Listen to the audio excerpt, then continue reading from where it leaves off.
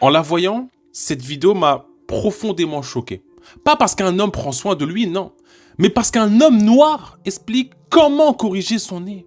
Et parce que des milliers de personnes applaudissent et commentent en approuvant ce qu'il dit. Un nez ne se rétrécit pas avec des massages.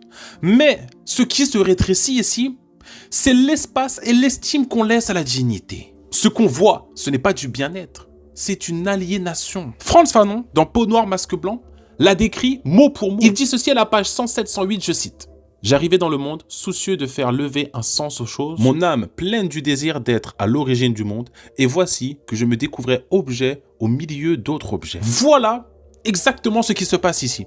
Quand ton corps devient quelque chose à corriger, tu n'es plus un sujet, tu deviens objet. Et Fanon, toujours dans Peau noire, masque blanc, explique que ce n'est pas le corps qui est le problème, c'est ce qu'on projette dessus. Je cite à la page 109. « J'avais créé au-dessus du schéma corporel un schéma historico-racial. » Autrement dit, ce n'est pas ton nez que tu rejettes, c'est l'histoire qu'on a collée dessus. Quand je lis « Ma mère me pinçait le nez », ça marche vraiment. On ne parle pas de beauté, on parle de traumatisme transmis, de complexe hérité. Fanon l'a montré. Dans une société coloniale, le noir apprend à se voir de l'extérieur. Ce n'est pas ton corps qui est à réparer, c'est le regard qu'on t'a appris à poser sur lui. Et ça, ce n'est pas du self-care, c'est une violence intériorisée.